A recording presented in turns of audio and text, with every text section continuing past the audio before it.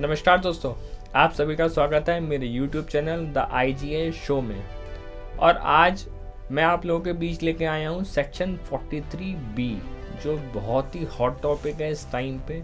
हर एक के माइंड में, व्यापारी हो चाहे प्रोफेशनल हो चाहे एडवोकेट्स, ये जो भी हो, सबके मन में उत्सुकता है उसे जानने के लिए कि 43B है क्या, इसमें प्रोविजंस जो आए हैं MSME को लेके वो क्या हैं।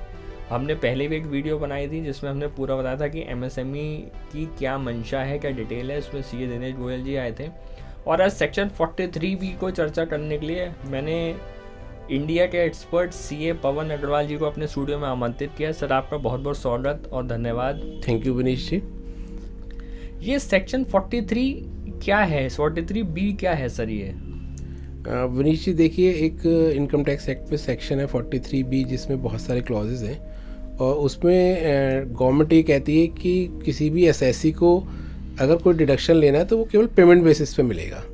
यानी कि अगर वो से फॉर एग्जांपल अगर हम टैक्स की बात करें, गवर्नमेंट ने कुछ टैक्सेस वहाँ पे प्रिस्क्राइब किए हुए हैं कि अगर वो टैक्सेस ड्यू हैं और वो टाइमली पेमेंट नहीं हो रहे हैं तो उनका डिडक्शन फिर बिजनेस एक्सपेंडिचर की तरह नहीं मिलेगा। तो 43 बेसिकली ये कहता है कि deductions are allowed on payment basis. तो जब पेमेंट करेगा एसएससी तब उसका डिडक्शन मिलेगा।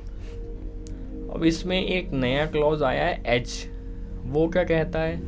तो इस साल गवर्नमेंट ने एक नया क्लॉज फरवरी 23 में जो बजट आया था लास्ट ईयर, उसमें एक क्लॉज इंसर्ट किया था जिसमें गवर्नमेंट ने ये कहा था, डिपार्टमेंट ने ये कहा कि अगर कोई एसएससी किसी MSME से डील कर रहा है, यानी कि किसी MSME से परचेजिंग कर रहा है या कोई सर्विसेज अवेल कर रहा है, और आई शुड से कि माइक्रो से और स्मॉल इंडस्ट्री से, नॉट मीडियम, क्योंकि MSME में मीडियम भी शामिल है, तो मीडियम के ऊपर ये प्रोविज़न नहीं लगते हैं। तो उन्होंने कहा था किसी माइक्रो से परचेज़ कर रहा है या किसी स्मॉल एंटरप्राइज से परचेज़ कर रहा है तो उसका पेमेंट उसको MSME एक्ट के हिसाब से करना पड़ेगा।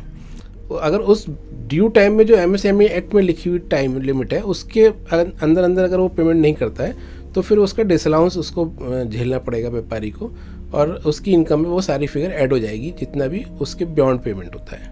यानी इनकम टैक्स एक्ट को अब MSME एक्ट भी ध्यान रखना पड़ेगा कि MSME एक्ट में क्या लिखा है, वो उसके प्रोविजन यहाँ पे भी एप्लीकेबल होने चाहिए। बिल्कुल, उन्होंने पेमेंट को लेके MSME एक्ट में सेक्शन 15 एक सेक्शन है जिसमें ये लिखा है कि किसी अगर MSME एक्ट से आप डील कर रहे हैं एज ए बायर, उससे कुछ परचेज़ कर रहे हैं या कोई सर्विसेज अवेल कर रहे हैं तो उसके बारे में उन्होंने वहाँ सेक्शन 15 में लिखा हुआ है कि आपको कब पेमेंट करना है, कितने दिन के अंदर पेमेंट करना है। तो इनकम टैक्स एक्ट ने अलग से अपना कोई प्रोविज़न ना बना के वहाँ का एक रेफरेंस यहाँ पे दिया है कि उस एक्ट के अंदर जो भी हमारी टाइम लिमिट्स दी हैं उसमें अगर पेमेंट नहीं हो रहा है तो फिर आपको हम यहाँ पे भी डिसअलाउ कर देंगे। उसमें क्या नियम सर बनाया है?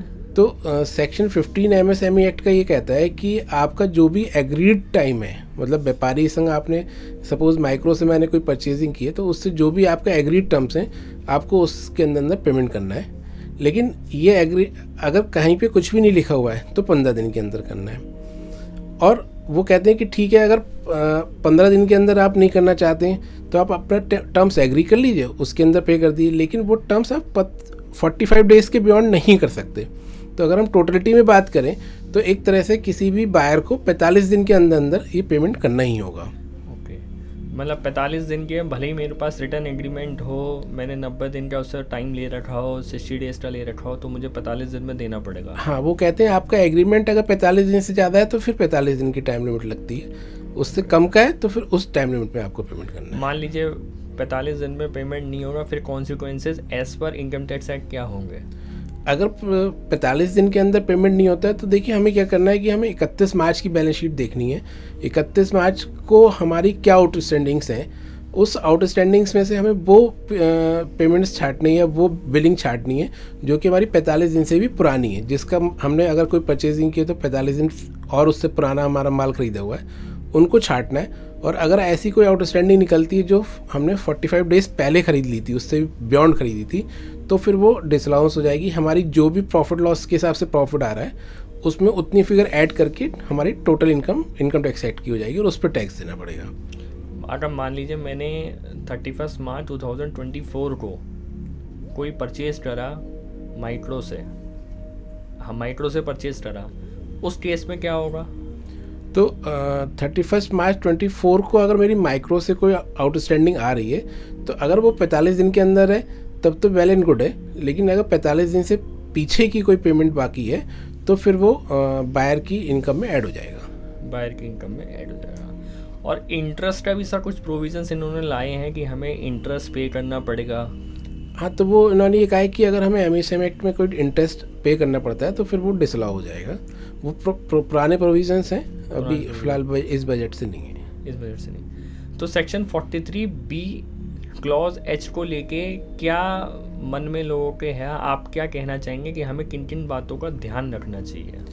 तो मैं ये कहूँगा कि अब जो भी बायर्स हैं, जो भी MSME से डील करते हैं, उनको एक तो ये रिक्वेस्ट करनी चाहिए अपने जितने भी सप्लायर्स हैं कि भाई आप अपना बिल जो भी हमें देते हैं, अगर आप उद्यम रजिस्टर्ड हैं, MSME फॉल करते हैं, तो आप उस पर अपना उद्यम रजिस्ट्रेशन डाल दें, जिससे कि मेरे को बिफोर एंड ये पता हो कि मैं जिससे डील कर रहा हूँ वो MSME यूनिट है या नहीं है। बिल्कुल। तो अगर वो MSME यूनिट है तो मेरे को ये टाइम लिमिट ध्यान रखनी पड़ेगी कि मेरे को उस 45 डेज़ के अंदर पेमेंट करनी है।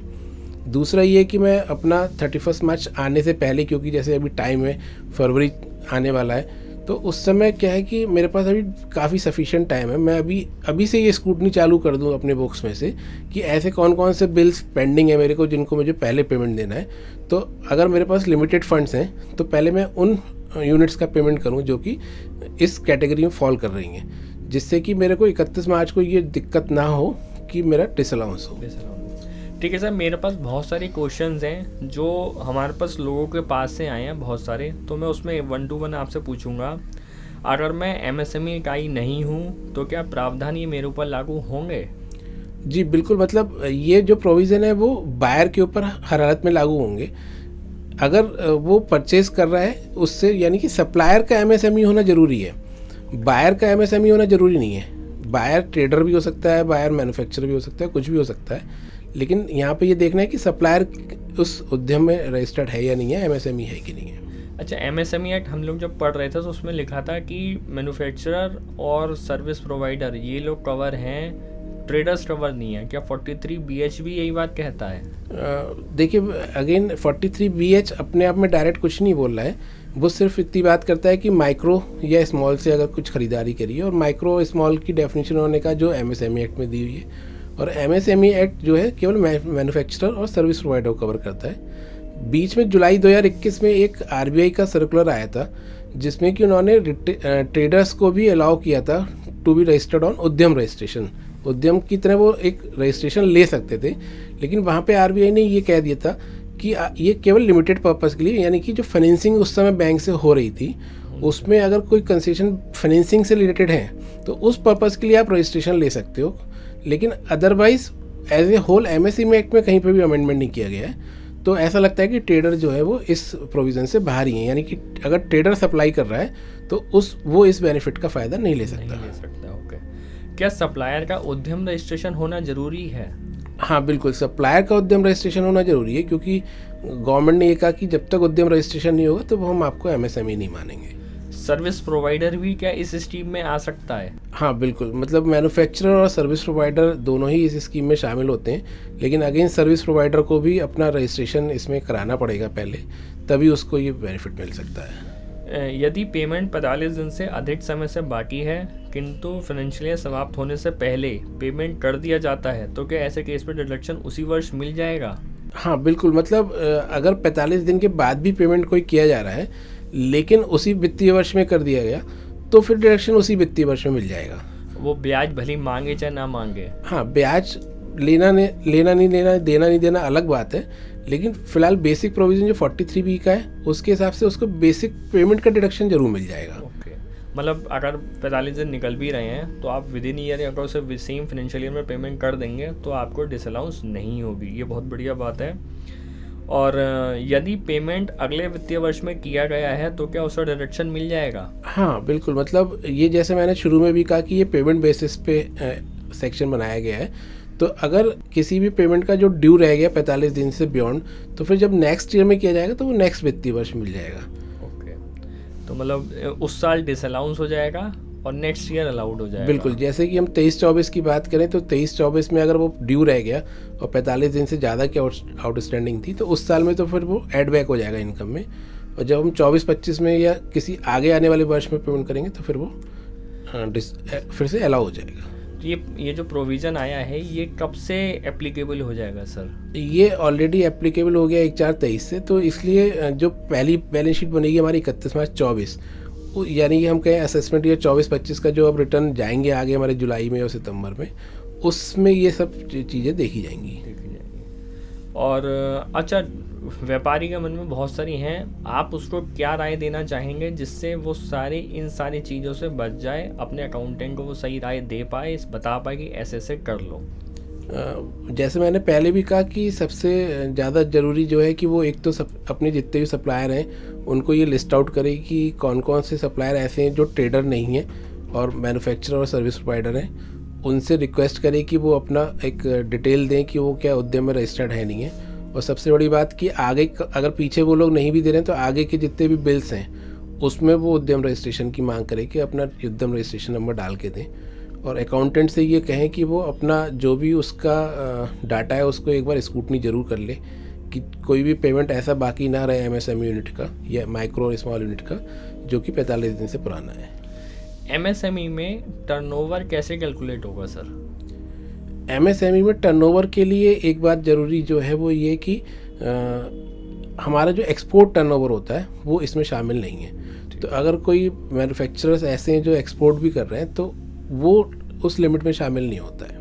वो एक्सपोर्ट वाला हटा के हाँ, तो नेट टर्नओवर वहाँ पे काउंट होता है केवल। तो इसलिए एक्सपोर्ट टर्नओवर को हटा के जो टर्नओवर है वो अगर विद इन लिमिट्स है तो आप माइक्रो या स्मॉल की डेफिनेशन फॉल करते हैं। और प्लांट एंड मशीनरी कैसे कैलकुलेट करी जाए?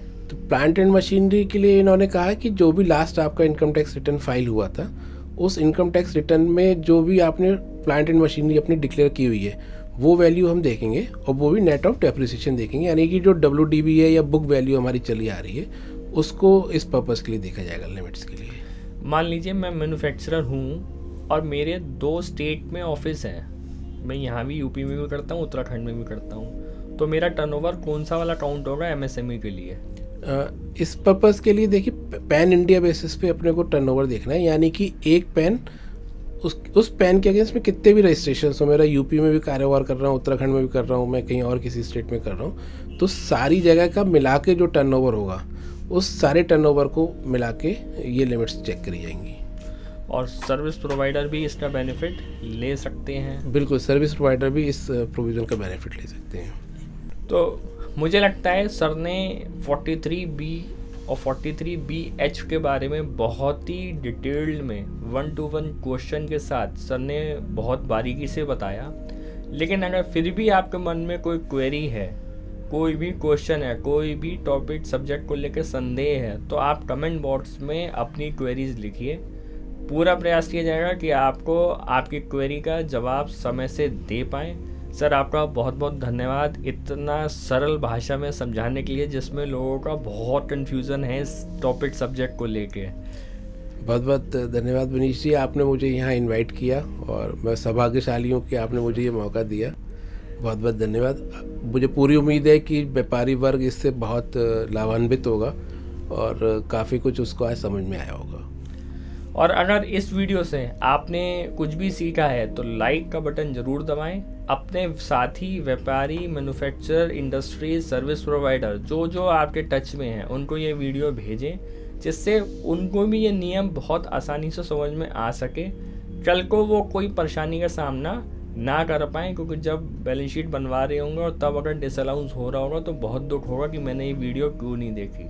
तो इस वीडियो को ज़रूर देखें, शेयर करना ना भूलें और चैनल को सब्सक्राइब करना तो बिल्कुल भी ना भूलें। धन्यवाद।